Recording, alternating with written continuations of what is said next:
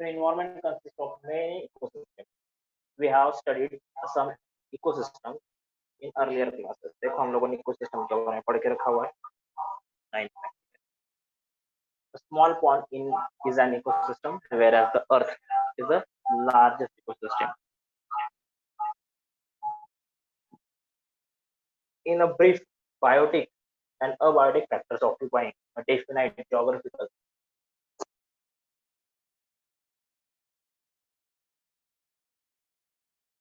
geographical areas and their interaction collectively constitute the ecosystem. ठीक है, दोनों को मिला के कलेक्टिवली हम लोग इकोसिस्टम बोलते हैं. ठीक है, ये पढ़ के रखा था. Which cycles are operated in environment? What is their importance? तो जो बायोजियोकेमिकल साइकिल्स ऐसा एक टॉपिक था. ठीक है, शायद याद होगा सब लोग. याद है क्या?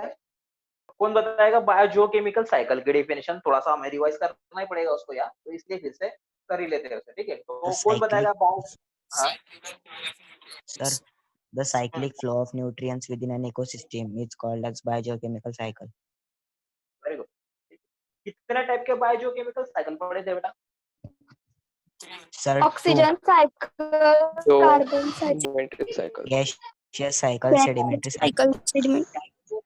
Gases cycle and sedimentary cycle. Good. Gases cycle में carbon cycle, nitrogen cycle, oxygen cycle. Sedimentary cycle में कार्बन साइकिल, है ना? ठीक है, याद आ रहा है. ओके, नाउ तो what is the importance of that cycles? उस साइकिल्स का इंपॉर्टेंस क्या था? To maintain the equilibrium of the environment. और बेटा मानो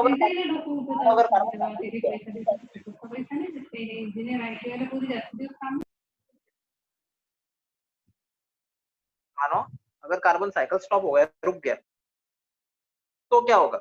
what is the effect on ecosystem? Sir, plants को कार्बन नहीं मिलेगा फोटोसिंथेसिस के लिए. Okay, good. मतलब एंटायर लाइफ डेड हो सकती है, एंटायर इकोसिस्टम खत्म हो सकती है. Yes sir. हाँ.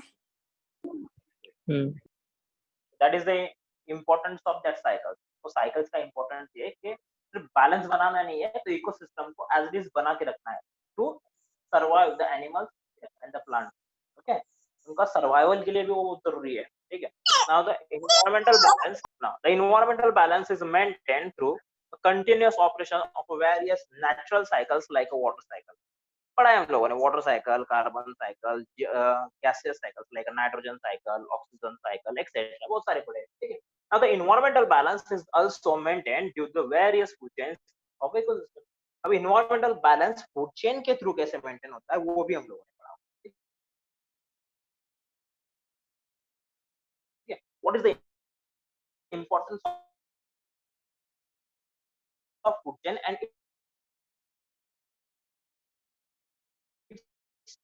its components is totally impossible. देखो अभी जस्ट हम लोगों ने यही पॉइंट डिस्कस किया कि अगर इसमें से कोई भी साइकिल अगर रुक जाए, इसमें से कोई भी साइकिल, एक ही नहीं, कोई भी साइकिल अगर रुक जाती है या बहुत ज्यादा हद तक डिस्टर्ब हो जाती है, then we can not exist on the earth. तो हम लोग अर्थ के ऊपर एग्जिस्ट नहीं हो सकते, हम लोग अर्थ के ऊपर सर्वाइव ही नहीं कर पाएंगे, हम लोगों को डाई होना पड़ेगा, मर जाएंगे हम लोग. तो hence it is basic responsibility of human being to preserve the nature without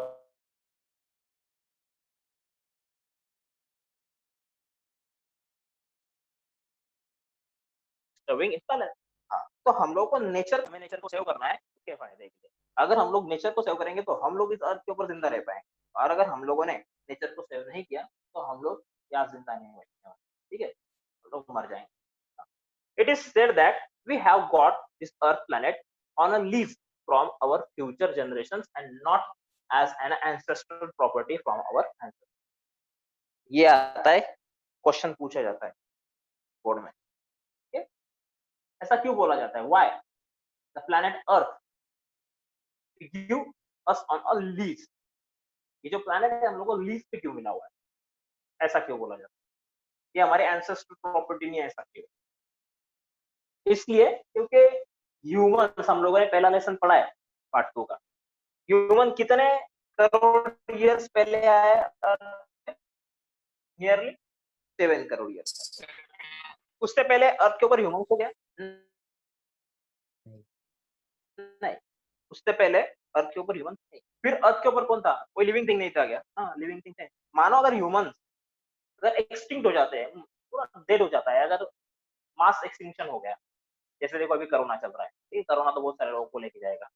मानो ऐसा कोई और कुछ वायरसेस एक साथ अगर स्प्रेड हो गए इस दुनिया में, तो एंटायर ह्यूमन रेस खत्म हो जाएगी। ठीक है, ऐसे फ्यूचर में बहुत सारे साइंटिस्ट लोगों ने बोल के रखा हुआ है कि एंटायर फ्यूचर ये जो ह्यूमन रेस है वो पूरी खत्म हो सकती है। कुछ ऐसे फैक्टर्स एनवायरमेंट में प्रेजेंट है जो पूरे एंटायर ह्यूमन बीइंग को इस पूरे अर्थ के ऊपर से फिनिश कर सकते हैं, इतनी उनमें कैपेसिटी है। अगर ऐसा होता है तो हम लोग यहाँ से चले जाएंगे, कुछ भी नहीं बचेगा। फिर इसके ऊपर लिविंग थिंग्स नहीं रहेंगे क्या अर्थ के ऊपर? तो रहेंगे, लिविंग थिंग्स अर्थ के ऊपर प्रेजेंट रहेंगे। तो ये अर्थ हमारी है क्या? नहीं, ये अर्थ हमारी नहीं है।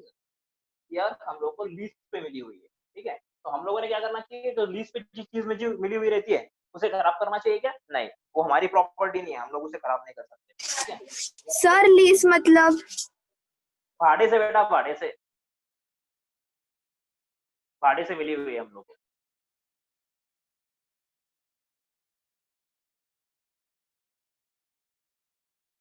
हमारी प्रॉपर्टी नहीं हो, जैसे हम लोग की देते हैं, है ना? अगर भाड़े से कुछ लिया और अगर उसका नुकसान हो जाता है,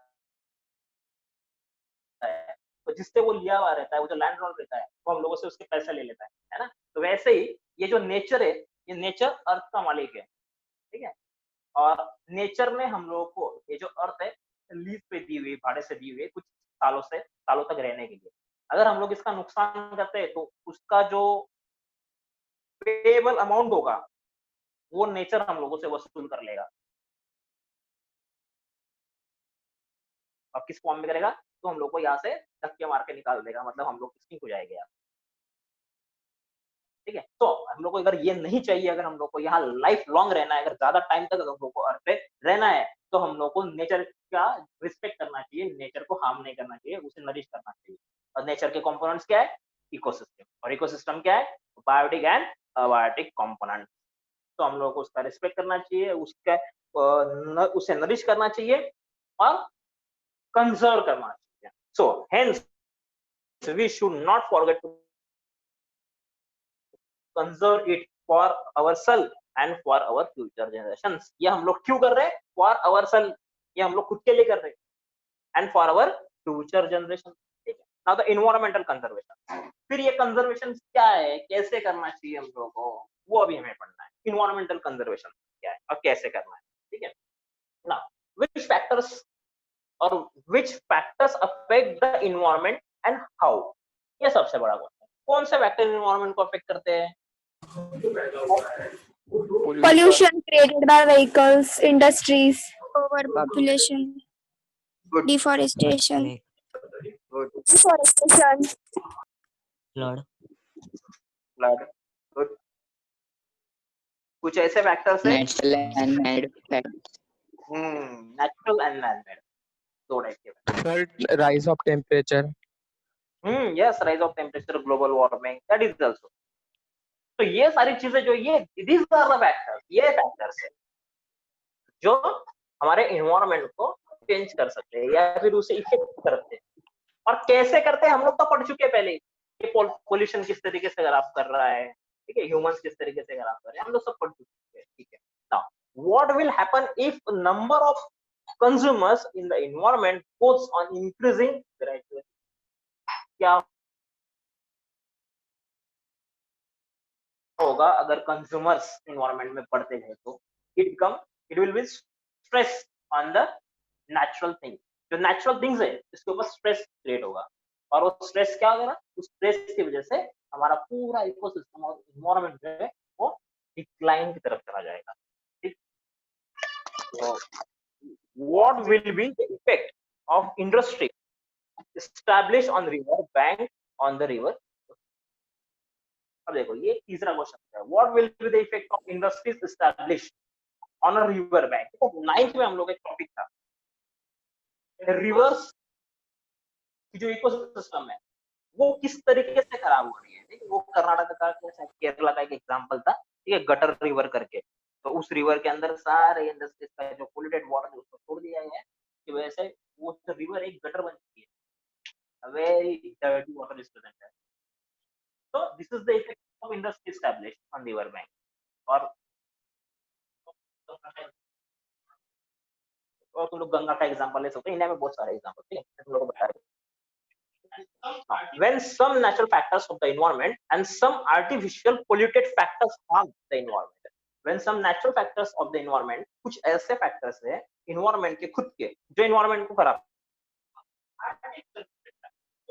करते हैं, और कुछ artificial polluted factors है जो भी environment को खराब करते हैं। अब हमें दोनों देखते हैं, मतलब नेचर भी नेचर को खराब करता है क्या? हाँ, तो नेचर में भी ऐसे कुछ फैक्टर्स है जो नेचर को खराब करते हैं, ठीक है, और तो टाइम टू टाइम रहता है, ठीक है। और हम लोगों ने बनाए हुए मतलब आर्टिफिशियल ऐसे कुछ पोल्यूटेंट्स है या ऐसे कुछ फैक्टर्स है जो नेचर को खराब करते हैं। अब हमको दोनों देखते हैं। It creates imbalance between the various factors of the environment and ultimately affect the existence of the biotic. और अल्टीमेटली क्या हो रहा है, जो बायोटिक फैक्टर्स है उनका जो एग्जिस्टेंस है उसके ऊपर इफेक्ट हो रहा है। Observe and feel the information table factors affecting environment. ये जो टेबल है ना, ये चार्ट इंपॉर्टेंट है, ये चार्ट फिलअप करने के लिए एग्जाम में आ सकता है, इसको लर्न करके रखना ना। तो दो फैक्टर्स जो एनवायरनमेंट को खराब करते हैं, that is the natural factors and another is a man made factor. Okay, natural factors क्या है? अर्थक्वेक, देन बताओ volcanic eruption, flood, Cyclone, Tsunami. tsunami. Very good, all these are the Volcanic eruption, flood, forest fires. Good, ये natural factor, ये सारे factor जो है ना ये एनवायरनमेंट को खराब करते हैं। These are the natural factors, it is created by the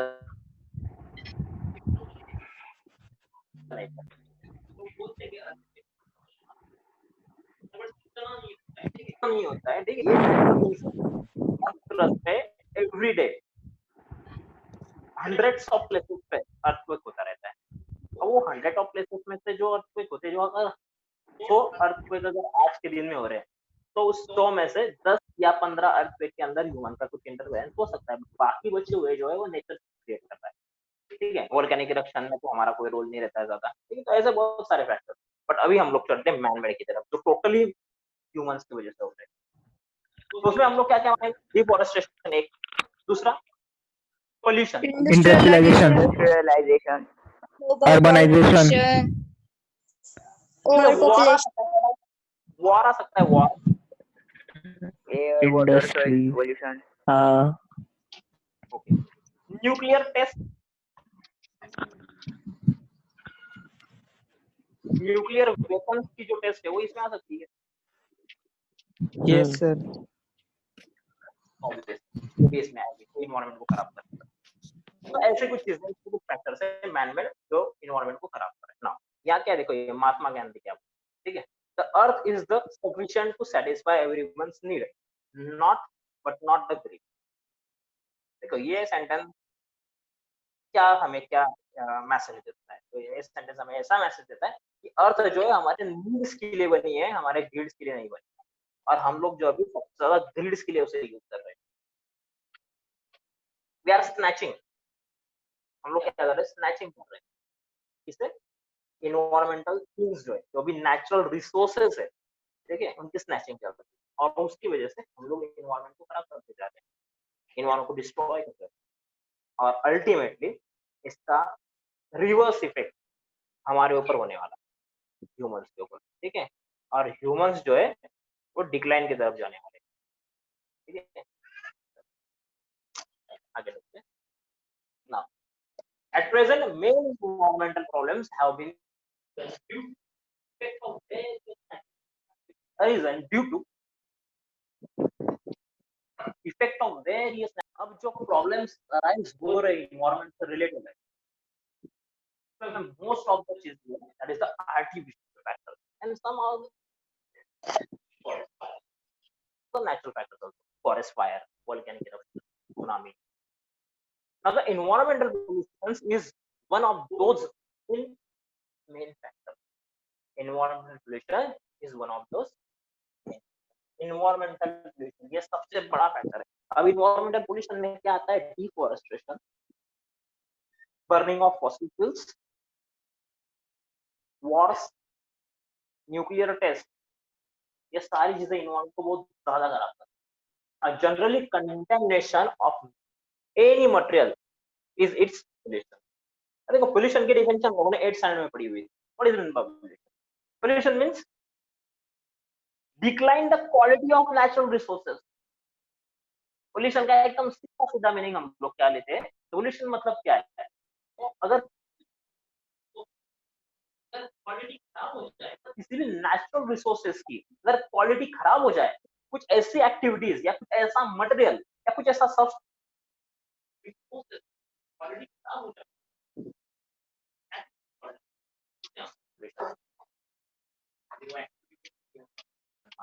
फिर वो एक्टिविटी होता है. ठीक है, तो दिस इज द क्वेश्चन. तो इन्वायरमेंट की क्वालिटी जिसकी वजह से खराब हो रही है या जिस किसी फैक्टर्स की वजह से डिक्लाइन हो रही है, that is called as environmental. और उसे हम लोग एनवायरमेंट और human act called as the surrounding environment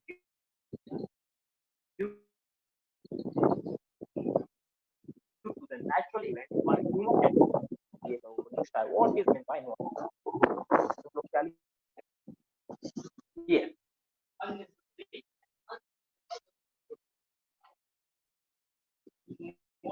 Unnecessary and unacceptable changes for the human.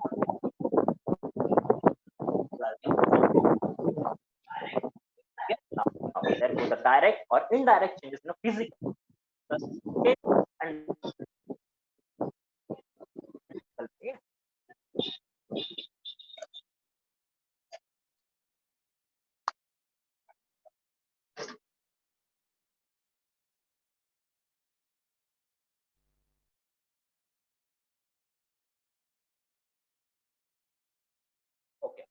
So direct or indirect changes in the physical, chemical, and biological properties of air, water, and soil. Changes in the properties of physical or chemical properties of air, water, and soil, which will be harmful to human and other living things, is called as environmental. इन तीन चीजों की qualities का degradation by physical means, by chemical means और by the biological means, that is called as the environmental. ठीक है, तो environmental pollution की definition क्या होती है? तुम लोगों को क्वेश्चन आता है what is mean by environmental pollution, explain. तो तुम लोग क्या लिखोगे? एनवायरमेंटल पोल्यूशन की डेफिनेशन लिखोगे, unnecessary and unacceptable changes. Second thing तुम लोग लिखोगे that is the degradation of the qualities of air, water, and soil by the means of physical, chemical, or biological, that is affect the human race and the other factors of environment. That is called as the environment. Now, various reasons like a population explosion. It is one of the biggest thing now. Now, entire world nowadays, the entire world become in a certain condition because of a population explosion.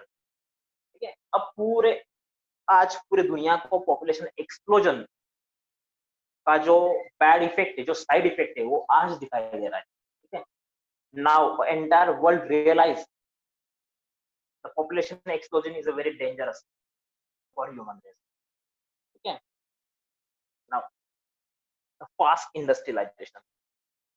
Industrialisation leads to degradation of environment or leads to the environmental pollution.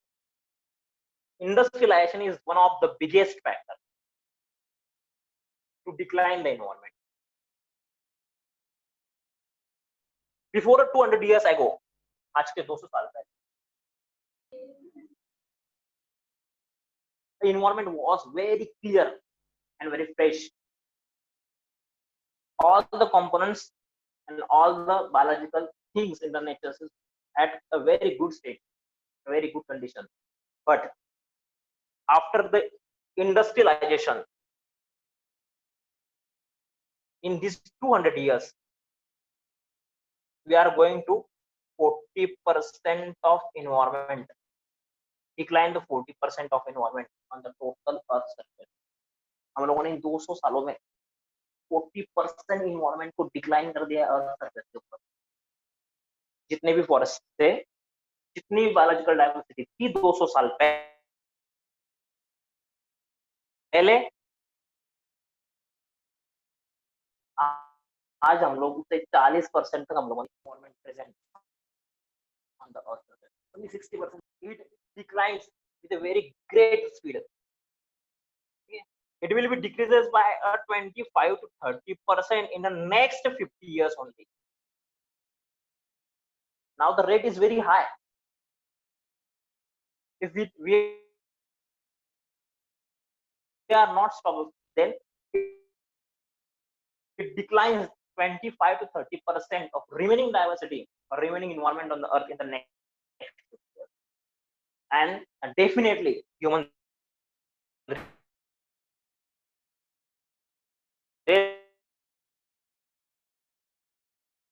will be in a very great threat in the next 50 years.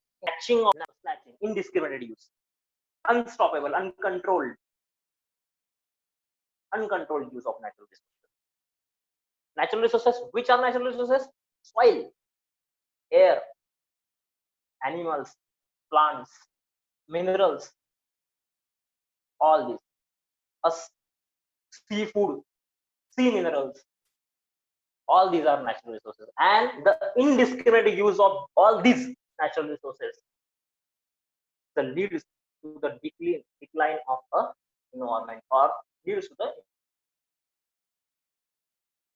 environment. Now the deforestation, one of them, you know very well that. And unplanned urbanizations are responsible for environmental. Okay, how unplanned urbanization are responsible for environmental pollution? Unplanned urbanization कैसे हो सकता है? How? Unplanned urbanization leads to overcrowd.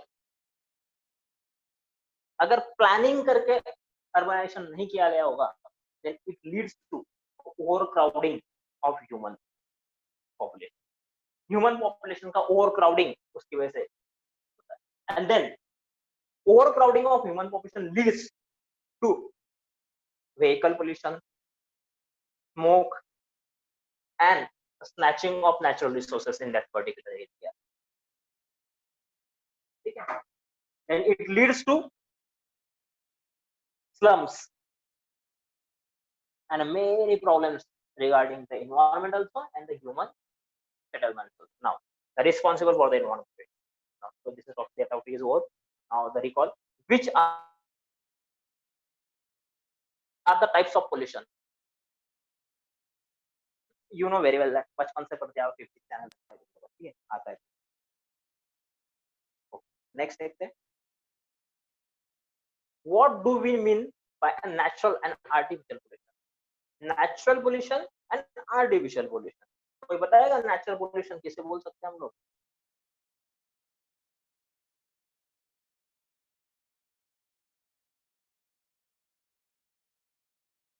Natural pollution किसे बोलेंगे? Artificial तो तुम लोगों को पता है, सबको सब बता देंगे फटाफट. Natural किसे बोल सकते हैं?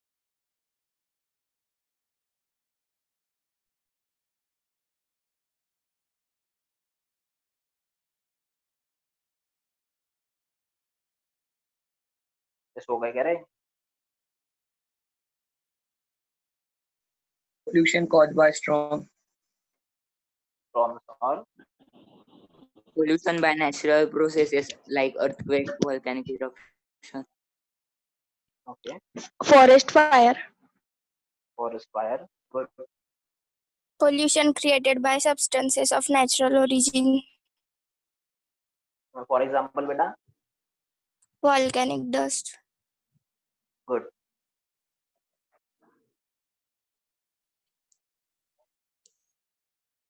दिया रड़े सो गई क्या?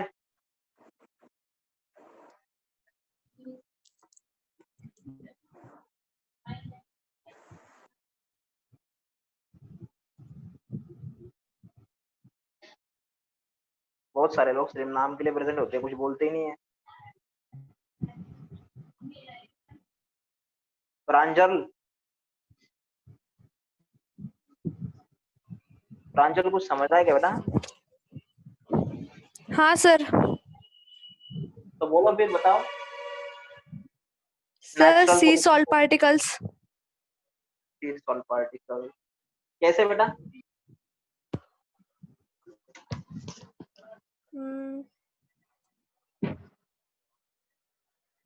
डर मत, जो आता होगा बोलो। कुछ सब क्या कुछ टैलेंट लोग नहीं है, गलत हुआ तो गलत हुआ, आंसर बस बताओ मुझे।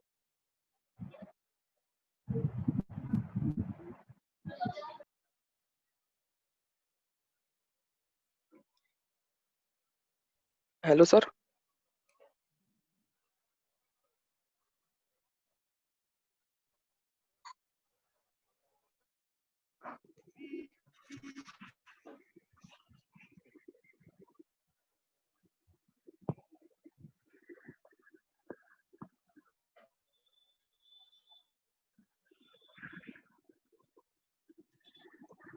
ठीक है, दिया आवाज क्लियर नहीं आ रही? सर आवाज क्लियर नहीं नेट आ का रही। प्रॉब्लम होगा तो बेटा, कोई प्रॉब्लम चलो आज पता है तुम लोगों को। Pollution is a broad concept. Various types of pollution like that of air pollution, water pollution, sound pollution, soil around us.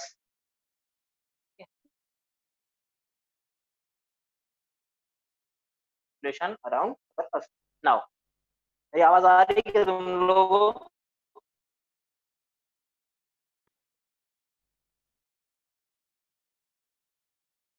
आवाज आ रही है बेटा? आ रही ना सर। आ रही सर। वो कैसे मुझे चेक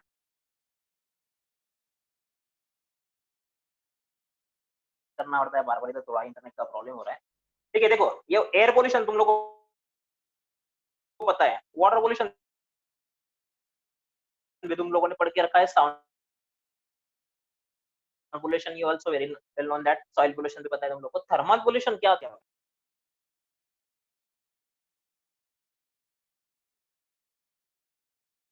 अरे बोलो जल्दी, प्रोजेक्ट है तुम लोग को इसके ऊपर दिया हुआ।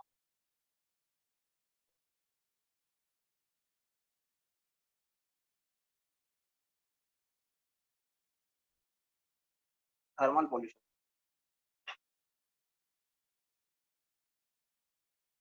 चलो लाइट पोल्यूशन, तो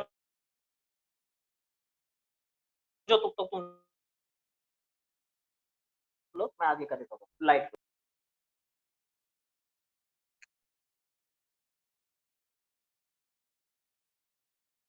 लाइट कैसे पोल्यूशन कर सकते?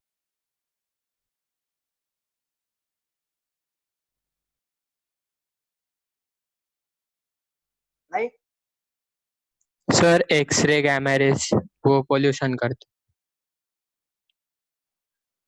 हाँ very good. Light means x-ray, gamma rays, UV rays, very good.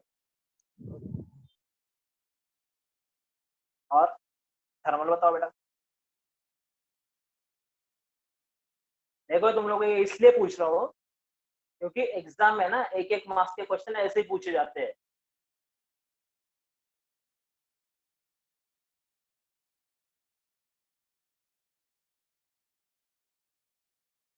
बड़े बड़े क्वेश्चन नहीं आते इसके ऊपर, एक एक मार्क्स के आते हैं जो तुम्हारा स्कोर डाउन करते हैं, आउट ऑफ नहीं आने देते marks.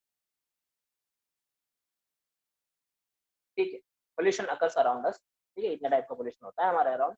Now ultimate adverse effect of all these is on existence of all the living organisms, and out of this environmental conservation has become the need for us. इन सारी चीजों की वजह से इन सारी चीजों के बनने के। तो we have studied the air pollution, water pollution and soil pollution in detail in the earlier classes. हम लोगों ने इसके पहले पढ़ के रखा हुआ है। एनवायरमेंटल कंजर्वेशन की नीड्स क्या है, जरूरत क्या है, वो भी हम लोगों ने पढ़ी, ठीक है। कैसे करना है वो भी हम लोगों ने पढ़ा हुआ है।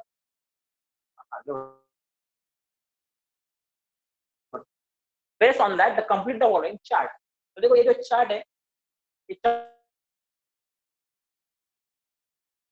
हम लोगों ने जो पढ़ के रखा हुआ है प्रीवियस स्टैंडर्ड में, उसके बेसिस पे हम लोगों को फिल करना है, ठीक है। और ये जो चार्ट है, इसे फिल करने का जो काम है वो मैं तुम लोग को दे रहा हूँ अभी। तुम्हें खुद को ये चार्ट फिल करना है, ठीक है। और ये चार्ट फिल करके मुझे भेजना है। हाँ, और एक इम्पोर्टेंट बात, अब तुम लोगों को जो भी मैं टेस्ट डालता हूँ, ठीक है, या फिर जो भी तुम लोगों को वर्क डालूंगा अभी यहाँ से आगे से, ठीक है, तुम लोग उसके फोटोग्राफ्स खींच के जब मुझे भेजते हैं ना, तो उसको ना पीडीएफ फॉर्मेट में भेजा करो प्लीज, उसे पीडीएफ फॉर्मेट में। कैम स्कैनर नाम का एक सॉफ्टवेयर है, ठीक है, वो तुम लोगों को पता है, तुम लोग कर सकते हो, मोबाइल में माहिर हो तुम लोग, बताने की जरूरत नहीं मुझे, ठीक। तो फोटो को है ना पीडीएफ कर लेना बेटा, और पीडीएफ के फॉर्मेट में भेजना, ठीक है। थोड़ा मुझे चेकिंग के लिए आसान रहता है, ये फोटो चेक करने में मुझे बहुत तकलीफ हो रही है।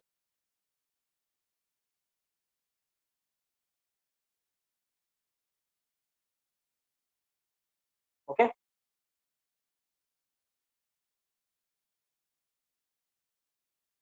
तो आज का हमारा इतना ही टॉपिक था, ये चार्ट तक ही हम लोग लेने वाले हैं। तो ये जो चार्ट है तुम लोग को फिल करना है, कंपोनेंट्स कौन से होते हैं एयर पोल्यूशन के, वाटर पोल्यूशन के, सॉइल पोल्यूशन के, सोर्सेस क्या क्या रहेंगे, इफेक्ट क्या होंगे, और कंट्रोल मेजर्स क्या होंगे, ठीक है। क्वेश्चन आता है, बहुत सिंपल टॉपिक है, तो इजीली मार्क्स मिल जाते हैं इसके ऊपर। तो इसके लिए तुम्हें ये कंप्लीट करना है, कंप्लीट करके फिल करके मुझे सेंड करना है, ठीक है। तो आज का लेक्चर इतना ही है। अब हम लोग इसके आगे का टॉपिक कल पढ़ेंगे। लेसन छोटा सा है, ज्यादा बड़ा लेसन नहीं है। हम लोग को नीड्स पढ़ना आएगा, जो मेन टॉपिक है हमारा needs of environmental conservation. Question आता है, बड़ा इंपॉर्टेंट टॉपिक, ठीक है। चलो, बाय बाय।